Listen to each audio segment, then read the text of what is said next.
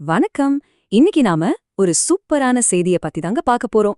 எதிர்பார்த்துக்கிட்டு இருந்த SSC CGL 2026க்கான அதிகாரப்பூர்வ அறிவிப்பு வந்தாச்சு. இந்த முழுமையான அலசல்ல எந்த ஒரு சின்ன டீட்டெயிலும் மிஸ் ஆகாம ரொம்பவே சிம்பிளா உங்களுக்கு புரியுற மாதிரி நாம இத பார்க்க போறோம். உங்ககிட்ட நான் ஒரு கேள்வி கேக்குறேன். இந்த வருஷம் ஒரு கெத்தான நிரந்தரமான மத்திய அரசு வேலைய வாங்க நீங்க ரெடியா? குறிப்பா தபால் துறையில வேலைக்கு போகணும்னு கனவு காண்றவங்களுக்கு நிஜமாவே இது ஒரு ஜாக்பாட். இந்த வாய்ப்பு எவ்வளவு பெருசுன்னு தெரியுமா? 12,256. இதுதாங்க அறிவிக்கப்பட்டுள்ள தோராயமான காலியிடங்களோட எண்ணிக்கை. இது இப்போதைக்கு மட்டும்தான். போக போக இந்த நம்பர் இன்னும் அதிகமாக கூட வாய்ப்பு இருக்குன்னு சொல்லிருக்காங்க. உண்மையிலே ஒரு பெரிய நம்பர் இல்லையா? இது நாம ரொம்ப கன்ஃபியூஸ் பண்ணிக்காம 5 முக்கிய பகுதிகளை பார்க்கலாம். மிகப்பெரிய வாய்ப்பு, முக்கிய பதவிகள் மற்றும் சம்பளம், தகுதிகள் மற்றும் வயது வரம்பு, தேதிகள் மற்றும் விண்ணப்ப கட்டணம், கடைசியா தேர்வு மையங்கள் மற்றும் தேர்வு முறை.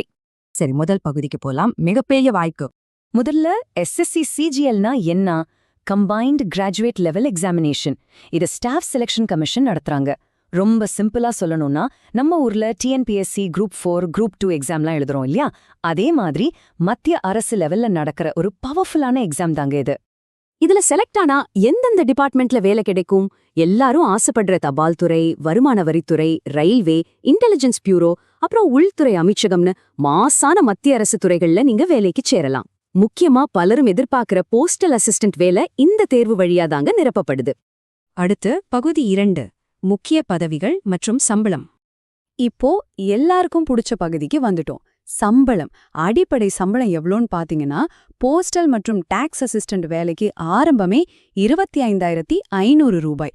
அதுவே ஆடிட்டர் இல்லனா அக்கவுண்டன்ட்னா 29,200 ரூபாய். ஆடிட் ஆபீசர் மாதிரி பெரிய பதவிகளுக்கு ஆரம்ப சம்பளமே 47,600 ரூபாய். நாள்லயே எவ்வளோ பெரிய அமௌண்ட் பாருங்க. அது மட்டுமா, உச்சபட்ச சம்பளம் எவ்வளோ வரைக்கும் போகும்னு இங்க பாருங்க. ஆடிட் ஆபீசர் பதவிகளுக்கு அதிகபட்சமா 1,51,100 ரூபாய் வரைக்கும் போகும். அசிஸ்டன்ட் செக்ஷன் ஆபீசருக்கு 1,42,400 ரூபாய் வரைக்கும் கிடைக்கும். இது கண்டிப்பா நம்ம லைஃப் ஸ்டைலையே மாத்துற ஒரு விஷயம். சரி, இப்போ பகுதி 3க்கு வருவோம். தகுதிகள் மற்றும் வயது வரம்பு. இவ்ளோ பெரிய வேலைக்கு யாருக்கெல்லாம் தகுதி இருக்கு? ரொம்ப சிம்பிள். நீங்க ஒரு இந்திய குடிமகனா இருக்கணும். அப்புறம் அரசு அங்கீகாரம் பெற்ற ஏதாவது ஒரு இளங்கலை பட்டம் முடிச்சிருக்கணும். நீங்க ஆர்ட்ஸ், சயின்ஸ், இன்ஜினியரிங்னு எது படிச்சிருந்தாலும் சரி, தயங்காம இதுக்கு விண்ணப்பிக்கலாம். இப்போ வயசு விஷயத்துக்கு வருவோம். போஸ்டல் மற்றும் டாக்ஸ் அசிஸ்டன்ட்டுக்கு 18ல இருந்து 27 வயசுக்குள்ள இருக்கணும். அசிஸ்டன்ட் செக்ஷன் ஆஃபீஸருக்கு 18ல இருந்து 30 வயசு வரைக்கும். ஒரு சில எக்ஸிகியூட்டிவ் பதவிகளுக்கு அதிகபட்சமா 32 வயசு வரைக்கும் விண்ணப்பிக்கலாங்க. இதுல ஒரு சிறப்பான விஷயம் என்னன்னா, இடஒதுக்கீடு பிரிவினருக்கான வயசு தளர்வுகள். எஸ்சி எஸ்டி பிரிவினருக்கு 5 வருஷமும், ஓபிசி பிரிவினருக்கு 3 வருஷமும் தளர்வு இருக்கு. அதே மாதிரி மாற்றுத்திறனாளிகளுக்கும் அரசு விதிமுறைப்படி தளர்வுகள் உண்டு. இதை நீங்க சரியா பயன்படுத்திக்கணும். அடுத்த பகுதி 4, தேதிகள் மற்றும் விண்ணப்ப கட்டணம். கட்டண விவரங்களை கவனிங்க. இங்கதாங்க ஒரு ஆச்சரியமான விஷயம் இருக்கு. அனைத்து பெண்கள், எஸ்சி எஸ்டி பிரிவினர், மாற்றுத்திறனாளிகள் மற்றும் முன்னாள் இராணுவத்தினர் இவங்க யாருமே 1 ரூபா கூட கட்ட தேவையில்லை. முற்றிலும் இலவசம். இவங்கள தவிர பொது பிரிவை சேர்ந்த ஆண்களுக்கு மட்டும்தான் வெறும் 100 ரூபாய் கட்டணமா நிர்ணயிச்சிருக்காங்க. அப்புறம் ரொம்ப ரொம்ப முக்கியமான விஷயம், காலக்கெடு. ஜூன் 22ஆம் தேதிக்குள்ள நீங்க ஆன்லைன்ல விண்ணப்பிச்சாகணும்.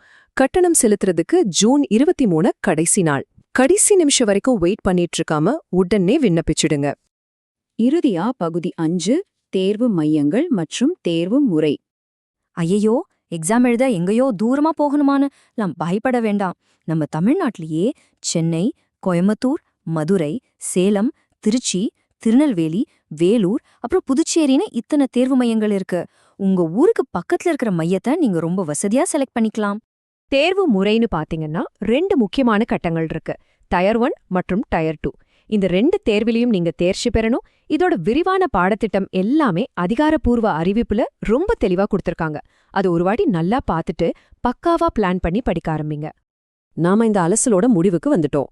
12,256க்கும் அதிகமான நிரந்தர மத்திய அரசு வேலைவாய்ப்புகள் உங்களுக்காக காத்துட்டு இருக்கு. ஜூன் 22க்குள்ள விண்ணப்பித்து உங்க எதிர்காலத்தை பாதுகாத்துக்க நீங்க ரெடியா? டைம் வேஸ்ட் பண்ணாம உடனே விண்ணப்பிங்க. உறுதியா படிங்க. இந்த முக்கியமான விளக்கத் தொகுப்பை உங்க குடும்பத்தினர், நண்பர்களோட வாட்ஸ்அப் குரூப்ல ஷேர் பண்ணுங்க. எல்லாருக்கும் இந்த வாய்ப்பு போய் சேரட்டும்.